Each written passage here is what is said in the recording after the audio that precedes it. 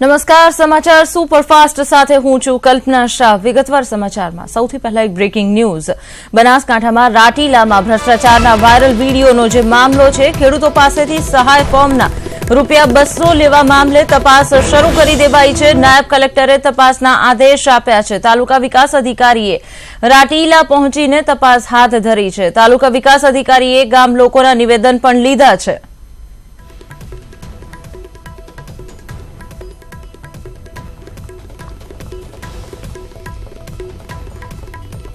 આ એક મહત્વપૂર્ણ ઘટનાક્રમ તેના આપ દ્રશ્યો જોઈ રહ્યા છો। સામેથી આવતા વાહનને બચાવવા જતા અકસ્માત થયો છે। છોટાઉદેપુરની આ ઘટના છે। બસ ડિવાઈડર પર ચડી ગઈ અને 29 મુસાફરોનો આ અકસ્માતમાં બચાવ થયો છે। સદભાગ્યે આ મુસાફરોને કંઈ જ નથી થયું।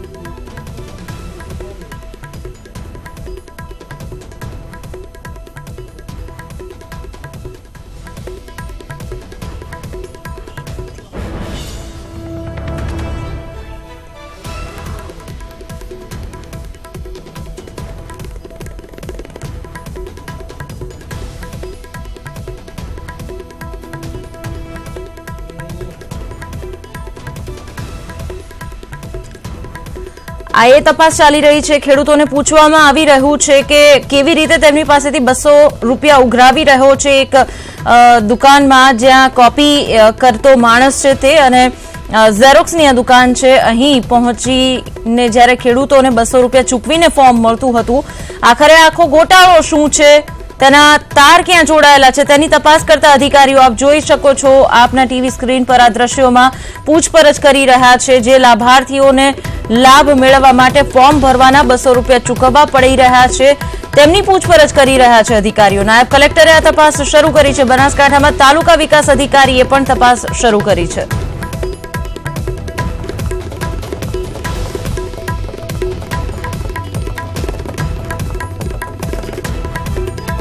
ભ્રષ્ટાચાર આચરનારની હવે ખેર નહીં રહે।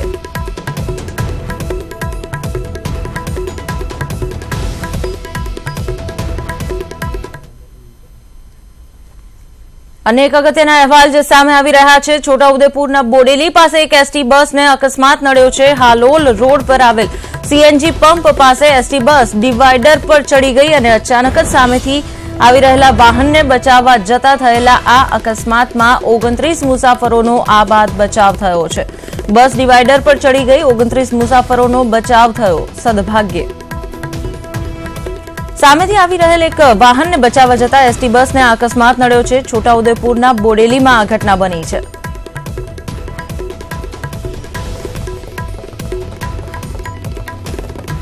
આપ જોઈ શકો છો, છોટાઉદેપુરમાં બોડેલીમાં સામેથી આવતા એક વાહનને બચાવવા જતા આ એસટી બસ ડિવાઈડર પર ચડી ગઈ હતી। જોકે સદભાગ્યે 29 જેટલા મુસાફરોનો બચાવ થયો છે જે આ બસમાં સવાર હતા।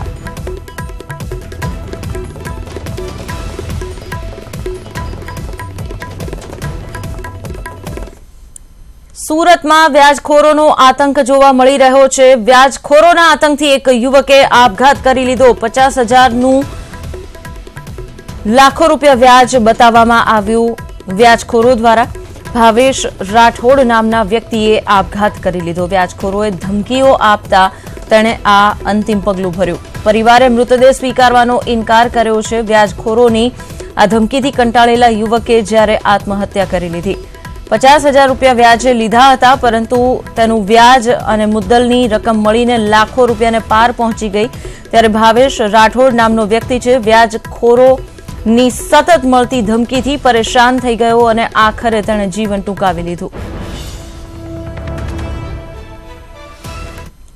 આણંદના આંકલાવના પ્રકાશનગર વિસ્તારમાં મહી કેનાલમાં ગાબડું પડ્યું છે, જેને કારણે 60 એકર જેટલા પાકમાં શાકભાજીને નુકસાન થયું છે। સિંચાઈ વિભાગની ઘોર બેદરકારીને પરિણામે રસ્તા પર પણ પાણી વેડફાઈ રહ્યું છે। તો સિંચાઈ વિભાગને અનેકવાર માહિતી આપવામાં આવી છતાં કોઈ કાર્યવાહી નથી કરાઈ। મહી કેનાલમાં પડેલું આ ગાબડું આસપાસના ખેતરમાં, રોડની બંને બાજુ આવેલા ખેતરમાં શાકભાજીનું વાવેતર કરવામાં આવ્યું હતું, પરંતુ આ બધા જ શાકભાજી જે વાવેલા હતા તે ડૂબી ગયા છે કેનાલમાંથી બહાર નીકળી રહેલા પાણીમાં।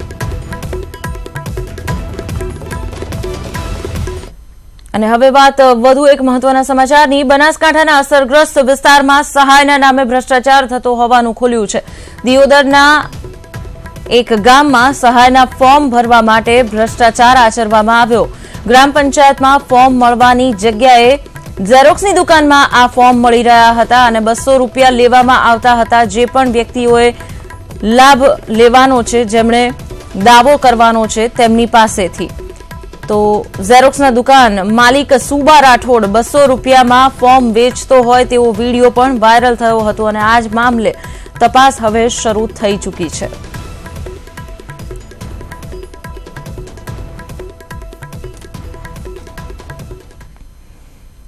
અને હવે સમાચાર સુપરફાસ્ટમાં આગળ વધીએ. કોંગ્રેસમાં નારાજગી યથાવત છે. સુરતમાં કોંગ્રેસના નવા માળખાની જાહેરાત કરાતા કોંગ્રેસમાં ભડકો થઈ ગયો છે. આ જાહેરાત બાદ 1-2 નહીં 12 થી વધુ હોદ્દેદારોએ રાજીનામા આપી દીધા. નારાજ નેતાઓનું કહેવું છે કે સિનિયર નેતાઓની બાદબાકી કરવામાં આવી છે. શહેર પ્રમુખે રાજીનામા આપ્યા હોવાની વાત સ્વીકારી નથી, પરંતુ હોદ્દેદારોએ પ્રદેશ કક્ષાએ રાજીનામું આપ્યું છે. કુંવરજી બાવળિયા નવા વર્ષે ધારાસભ્ય તરીકે શપથ લેશે. કુંવરજી બાવળિયા 1 જાન્યુઆરીએ 1:15 કલાકે શપથ ગ્રહણ કરશે. વિધાનસભાના અધ્યક્ષ તેમને શપથ લેવડાવશે. સુરેન્દ્રનગરમાં કચરાનો કાળો કારોબાર સામે આવ્યો. કચરાના કોન્ટ્રાક્ટમાં લાખો રૂપિયાનું કૌભાંડ પકડી પાડવામાં આવ્યું છે. ડમ્પિંગ ઝોનમાં કચરો લઈને જતા વાહનમાં કચરો ઓછો અને પથ્થરો અને માટી વધુ ભરવામાં આવતા હતા. નગરપાલિકાએ શહેરમાં કચરો એકઠો કરવા માટે કોન્ટ્રાક્ટરને કોન્ટ્રાક્ટ આપ્યો છે.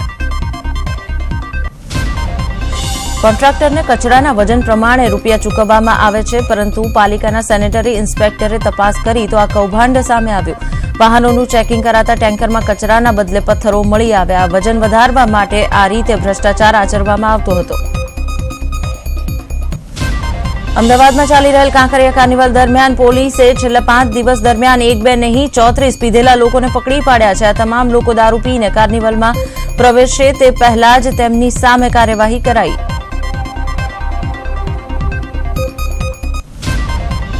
કાંકરિયા કાર્નિવલમાં 53 સ્વયંસેવક, 15 એન્ટી રોમિયો સ્ક્વોડ અને 5 સર્વેલન્સ સ્ક્વોડ દ્વારા કામગીરી કરવામાં આવી રહી છે. ઉપરાંત ગુમ થયેલા 43 બાળકોને પણ શોધવામાં પોલીસને સફળતા મળી. ગુમ થયેલા 3 વૃદ્ધ મહિલાને પણ પોલીસે પરિવારજનો સાથે મિલાવ્યા હતા.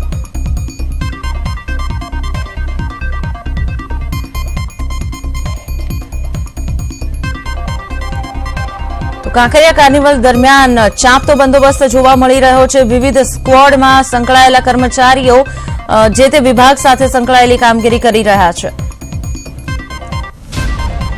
પાટણમાં ફાયરિંગમાં એક વ્યક્તિનું મોત થયું. ઘટના સમીના બાસપા ગામની છે, જ્યાં એક રાઉન્ડ ફાયરિંગમાં એક વ્યક્તિને ગોળી વાગતા તેનું મોત થઈ ગયું. ફાયરિંગ અંગત અદાવતમાં કરાયું હોવાનું સામે આવ્યું છે. બારડોલીના ઓલપાડના બોલાવ ગામમાં આવેલ જીઆઈડીસીમાં 2 દુકાનના તાળા તૂટ્યા. તસ્કરોએ 2 દુકાનના શટર તથા તાળા તોડી 17,000થી વધુની ચોરી કરી. ચોરીની આ ઘટના સીસીટીવીમાં કેદ થઈ છે, જેના આધારે પોલીસે તપાસ હાથ ધરી છે. દાહોદના આ વિસ્તારમાં ચોરી કરવા પહોંચેલ 15 ચોરે હુમલો કર્યો. રહેવાસીઓએ ચોરનો પ્રતિકાર કરતા ચોરે તીરથી મારો ચલાવ્યો. તીર મારામાં સ્થાનિક યુવકના પગમાં તીર વાગ્યું છે. તેને સારવાર માટે હોસ્પિટલમાં ખસેડાયો છે.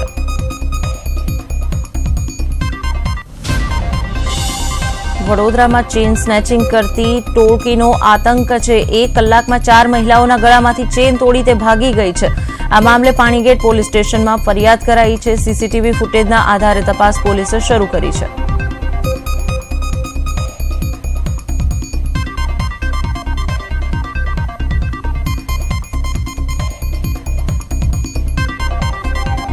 બાદ સ્વાગત આપનું સમાચાર સુપરફાસ્ટમાં. ગુજરાત પ્રવાસે આવેલ રાષ્ટ્રપતિ રામનાથ કોવિંદ કચ્છની મુલાકાત પછી આજે સાસણની મુલાકાતે છે. તેમનું હેલિકોપ્ટર કચ્છથી રવાના થઈ ગયું છે. સાસણગીરના ભાલચેલ હેલિપેડ ખાતે તે ઉતરાણ કરશે. ત્યારબાદ માર્ગથી રાષ્ટ્રપતિ સિંહ સદન પહોંચશે.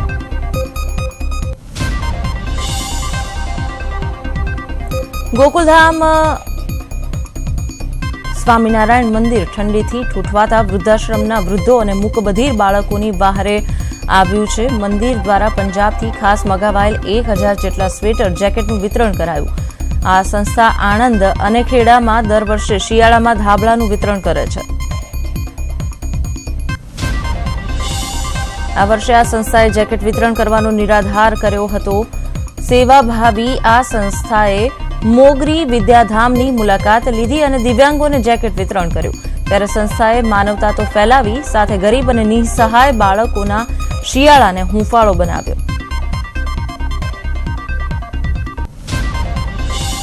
રાજ્યમાં શીત લહેર યથાવત છે. 6.2 ડિગ્રી સેલ્સિયસ સાથે નલિયા રાજ્યનું સૌથી ઠંડુ શહેર રહ્યું. ગાંધીનગર અને ડીસામાં તાપમાન 7.5 ડિગ્રી પર રહ્યું. કંડલા એરપોર્ટ વડોદરાનું તાપમાન 8 ડિગ્રી સેલ્સિયસ નોંધાયું.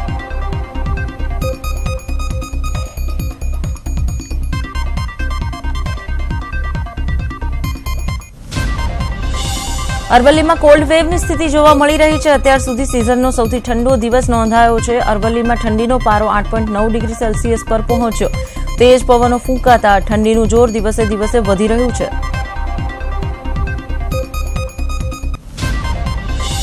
અરવલ્લીમાં સિઝનનો સૌથી ઠંડો દિવસ આજે રહ્યો. તાપમાન 9 ડિગ્રી સેલ્સિયસ નીચે જતા જનજીવન અસ્તવ્યસ્ત થઈ ગયું. હાડ થીજવતી ઠંડીથી બચવા મોડાસાના કોલેજ ગ્રાઉન્ડમાં શહેરીજનો કસરત કરતા જોવા મળ્યા.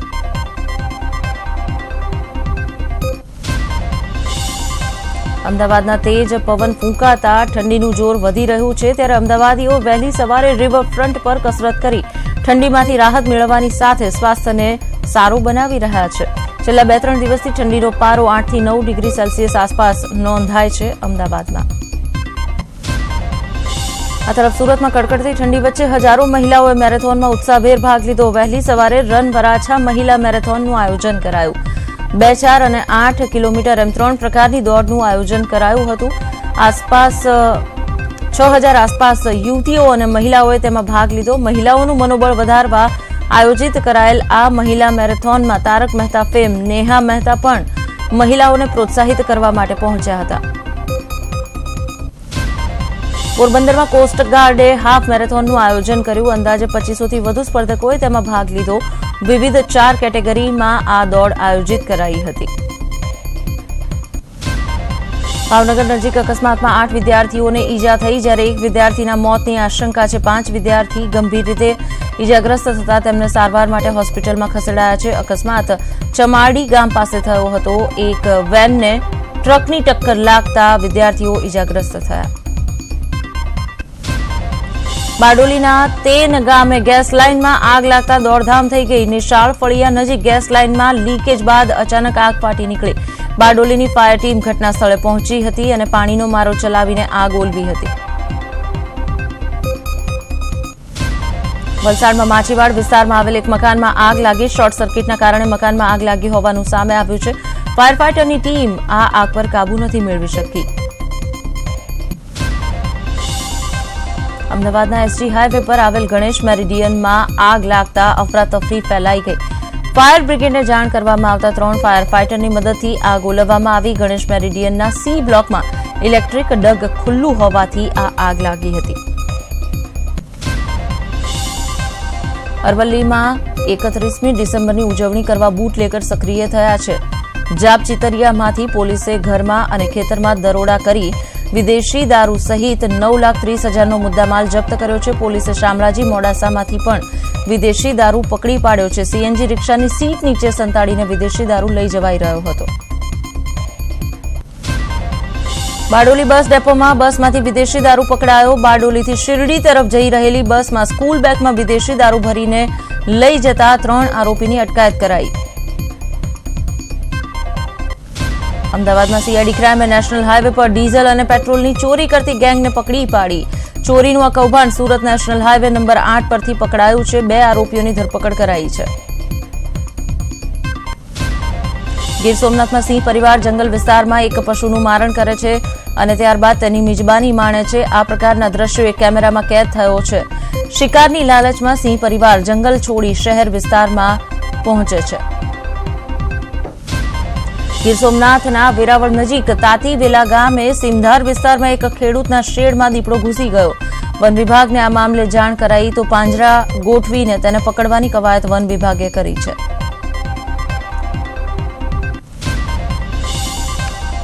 ગુજરાતમાં અમદાવાદમાં મેટ્રો ટ્રેન પ્રોજેક્ટના પ્રથમ 3 કોચ દિલ્હી કચ્છ પહોંચી ગયા છે. સાઉથ કોરિયાથી જહાજ મારફતે 3 ટ્રાયલ કોચ મુન્દ્રા બંદરે પહોંચ્યા છે. હુન્ડાઈ બોટમ કંપનીએ 3 કોચ ગુજરાત મોકલ્યા છે. ઔરંગાબાદમાં નક્સલવાદીઓએ તાંડવ મચાવ્યું છે. દેવના ગોદામ વિસ્તારમાં નક્સલવાદીઓએ હુમલો કરી 4 બસમાં આગ ચાંપી દીધી. નક્સલીઓના ગોળીબારમાં એક વ્યક્તિનું પણ મોત થયું છે. ઉત્તર પ્રદેશના ગાઝીપુરમાં વડાપ્રધાન નરેન્દ્ર મોદીના કાર્યક્રમમાંથી પરત ફરી રહેલ પોલીસ કર્મચારીઓ પર પથ્થરમારો થયો, જેમાં એક કોન્સ્ટેબલનું મોત થયું છે. વડાપ્રધાનના કાર્યક્રમને લઈને કેટલાક નેતાઓની અગાઉથી જ અટકાયત કરાઈ હતી. પથ્થરમારાની આ ઘટના નોનહરા પોલીસ સ્ટેશન વિસ્તારમાં થઈ. કરીમુદ્દીન પોલીસ પ્રદર્શનકર્તાઓને સમજાવવા ગઈ હતી, પરંતુ પોલીસ કર્મચારીઓએ ઈંટ અને પથ્થરથી હુમલો કરી દીધો હતો. આજે 75 રૂપિયાનો સિક્કો જાહેર કરાશે. આ સિક્કા પર નેતાજી સુભાષચંદ્ર બોઝની તસવીર હશે. સરકારે મંગળવારે જાહેરાત કરી કે તેઓ નેતાજી સુભાષચંદ્ર બોઝ જ્યારે પહેલીવાર પોર્ટ બ્લેર ગયા હતા ત્યાં તેમણે તિરંગો લહેરાવ્યો હતો. તેની 75મી વર્ષગાંઠના પ્રસંગે 75 રૂપિયાનો સ્મારક સિક્કો લોન્ચ કરાશે. દિલ્હી સહિત ઉત્તર ભારતમાં શીત લહેર છે. પહાડો પર થઈ રહેલી બરફવર્ષાની અસર મેદાની પ્રદેશમાં વર્તાઈ રહી છે. દિલ્હીમાં તાપમાનનો પારો 2.6 ડિગ્રી સેલ્સિયસ પર પહોંચ્યો છે, જે શિમલા કરતાં પણ ઓછું છે. રાજસ્થાનમાં પણ તાપમાનનો પારો -4.5 ડિગ્રી સેલ્સિયસ સુધી ગગડ્યો છે. મેલબર્નમાં ભારતે ઓસ્ટ્રેલિયાને 137 રનથી માત આપી 37 વર્ષનો રેકોર્ડ તોડ્યો છે. આ સાથે જ વિરાટ સેના 4 મેચની ટેસ્ટ સિરીઝમાં 2-1થી આગળ છે. ભારતે 37 વર્ષ પછી મેલબર્નમાં ટેસ્ટ મેચમાં જીત હાંસલ કરી. 1981માં આ અગાઉ ભારતે ઓસ્ટ્રેલિયા સામે જીત હાંસલ કરી હતી. ત્યાર પછીની વિરાટ સેનાની આ મોટી જીત છે. આ પહેલા ભારતે એડિલેડ ટેસ્ટમાં 31 રનથી જીત મેળવી હતી. ભારતે બીજી ઇનિંગમાં ઓસ્ટ્રેલિયાને 399 રનનો ટાર્ગેટ આપ્યો હતો, જેને ઓસ્ટ્રેલિયા ચેઝ ન કરી શક્યું અને બીજી ઇનિંગમાં 261 રન જ તે બનાવી શકી. ઓસ્ટ્રેલિયન ટીમ ઓસ્ટ્રેલિયા દ્વારા બીજી ઇનિંગમાં પેટ કેમિન્સના 63 રન અને શોન માર્શના 44 રનની મદદથી આ સ્કોર બનાવવામાં આવ્યો. મેલબર્નમાં કાંગારૂ ટીમ પર જો કોઈ સૌથી વધારે ભારે પડ્યું તો તે છે અમદાવાદનો ઘાતકી બોલર જસપ્રીત બુમરાહ. બુમરાહે મેલબર્નમાં પ્રથમ ઇનિંગમાં 6 વિકેટ ઝડપી લઈ તરખાટ મચાવ્યો, જ્યારે બીજી ઇનિંગમાં 3 વિકેટ ઝડપી લઈ કાંગારૂઓને પેવેલિયન ભેગા કરી દીધા.